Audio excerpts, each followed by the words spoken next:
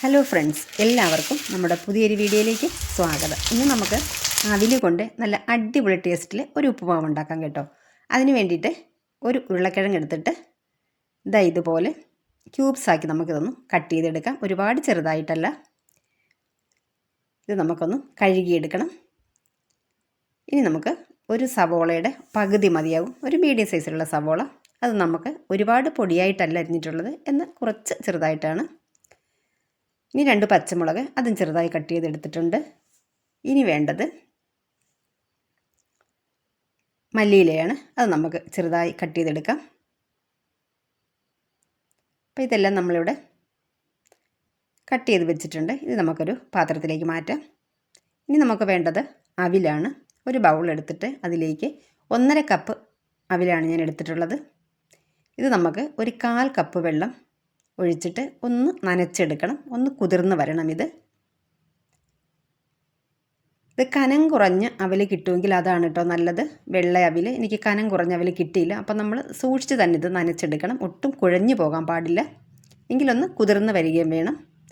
ഇതിവിടെ കുതിർന്ന് വന്നിട്ടുണ്ട്. ഇനി നമുക്കൊരു കടായി വെച്ച് കൊടുക്കാം. ഇതിലേക്ക് 2 ടേബിൾ സ്പൂൺ സൺഫ്ലവർ ഓയിൽ ചേർത്ത് കൊടുക്കാം. ഓയിലിവിടെ ചൂടായി വന്നിട്ടുണ്ട്. ഇതിലേക്ക് നമുക്ക് ഒരു 1/4 ടീസ്പൂൺ കടുക് ചേർത്ത് കൊടുക്കാം.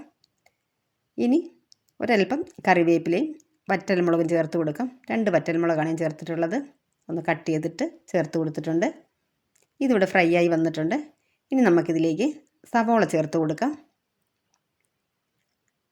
അതിനുശേഷം നമ്മൾ കട്ട് ചെയ്ത് വെച്ചിട്ടുള്ള ഉരുളക്കിഴങ്ങും പച്ചമുളകും ചേർത്ത് കൊടുക്കാം.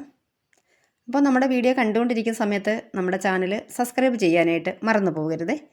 സബ്സ്ക്രൈബ് ചെയ്യുന്ന സമയത്ത് വരുന്ന ആ ബെല്ലൈക്കൺ ഒന്ന് എനേബിൾ ചെയ്ത് വെക്കണം. ഓൾ എന്നുള്ള ഓപ്ഷനോട് ഒന്ന് പ്രസ് ചെയ്ത് വെക്കണം. അപ്പോഴേ ഞാനിടുന്ന വീഡിയോസൊക്കെ നിങ്ങളിലേക്ക് എത്തുകയുള്ളൂ. ഇതൊക്കെ ചേർത്ത് കൊടുത്തിട്ട് നല്ലതുപോലെ ഒന്ന് മിക്സ് ചെയ്ത് കൊടുക്കുന്നുണ്ട്. നമ്മൾ വെള്ളം ഒന്നും ചേർക്കുന്നില്ല. ഈ ഓയിലിൽ കിടന്ന് തന്നെ ഇത് നന്നായിട്ട് വെന്ത് വരണം. ഇനി നമുക്കിതിലേക്ക് ഒരൽപ്പം ഉപ്പ് ചേർത്ത് കൊടുക്കാം. ഉപ്പ് വളരെ കുറച്ച് ചേർത്താൽ മതി. ഇനി ഇതിൻ്റെ കൂടെ ഒരൽപ്പം മഞ്ഞൾപ്പൊടി കൂടി ഒരു 1/4 ടീസ്പൂൺ താഴെ മതി. അതുകൂടെ ചേർത്ത് കൊടുക്കാം. നന്നായിട്ട് നമുക്ക് മിക്സ് ചെയ്തെടുക്കാം.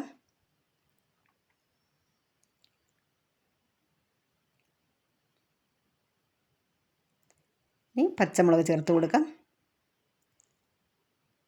നല്ലതുപോലെ ഒന്ന് മിക്സ് ചെയ്ത് കൊടുക്കുന്നുണ്ട്.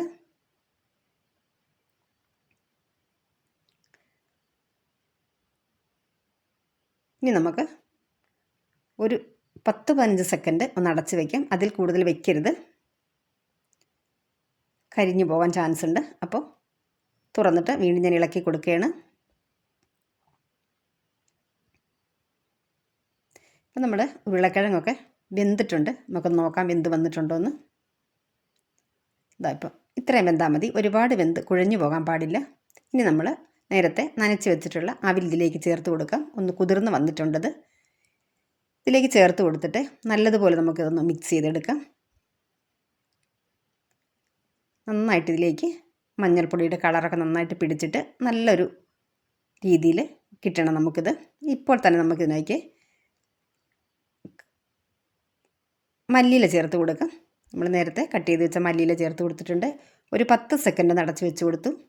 അത് കൂടുതൽ സമയം വെക്കാൻ പാടില്ല. എന്താണെന്ന് വെച്ചാൽ ഇത് ഡ്രൈ ആയി പോവും. അങ്ങനെ ഡ്രൈ ആയി പോകരുത്. ഉപ്പുമാവല്ലേ, അപ്പോൾ കുറച്ചൊരു സോഫ്റ്റ് ആയിട്ടിരിക്കണം. എന്നിട്ട് നന്നായിട്ട് നമുക്ക് മിക്സ് ചെയ്തെടുക്കാം.